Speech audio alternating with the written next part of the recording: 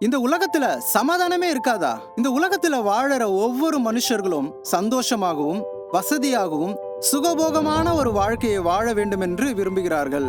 Mark 8ஆம் அதிகாரம் 36வது வசனம் சொல்லுகிறபடி, மனுஷன் உலகம் முழுவதும் ஆதாயப்படுத்திக் கொண்டாலும் தன் ஜீவனை நஷ்டப்படுத்தினால் அவனுக்கு லாபம் என்ன?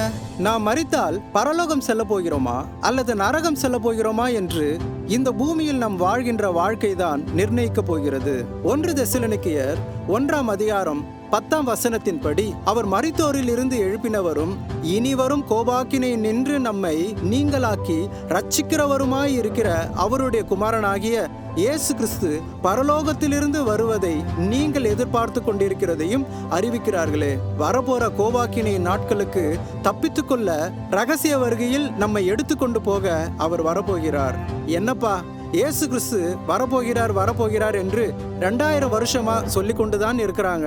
அவர் வரும்போது வரட்டும், அப்பொழுது பார்த்து கொள்ளலாம் என்று ஒருவேளை நீங்க சொல்லலாம். இல்லங்க, அவர் வருகையின் முன் நோவாவின் நாட்கள் நடந்தது போலவும் லோத்துவின் நாட்கள் நடந்தது போலவும் நடக்கும் என்று சொல்லியபடியும், யுத்தங்களின் செய்தியும் ஜனத்துக்கு விரோதமாக ஜனமும் பூமி அதிர்ச்சிகளும் கொள்ளை நோய்களும் சம்பவிக்கும் என்று மத்தேயு 24ஆம் அதிகாரம் 33ஆம் வசனம் சொல்லுகிறபடி, அப்படியே இவைகள் எல்லாம் நீங்கள் காணும்போது அவர் சமீபமாய் வாசலருகே வந்திருக்கிறார் என்று அறியுங்கள். கர்த்தர் சொன்ன அனைத்தும் துல்லியமாக நடந்து கொண்டிருக்கிற அந்த நாட்களில்தான் நாம் வாழ்ந்து கொண்டிருக்கிறோம். மத்தேயு 24ஆம் அதிகாரம் 21ஆம் வசனம் சொல்லுகிறபடி, உலகம் உண்டானது முதல் இதுவரைக்கும் சம்பவித்திராததும் இனிமேலும் சம்பவியாததுமான மிகுந்த உபத்திரவம் அப்பொழுது உண்டாயிருக்கும். இதற்கு முன்பாக திருசபை, அதாவது ஆயத்தத்தோடு அவருக்காக காத்து கொண்டிருக்கிற மணவாட்டியை எடுத்துக்கொண்டு போக இயேசு வரப்போகிறார். இந்த ரகசிய வருகையில் நாம் எடுத்துக்கொள்ளப்படாமல்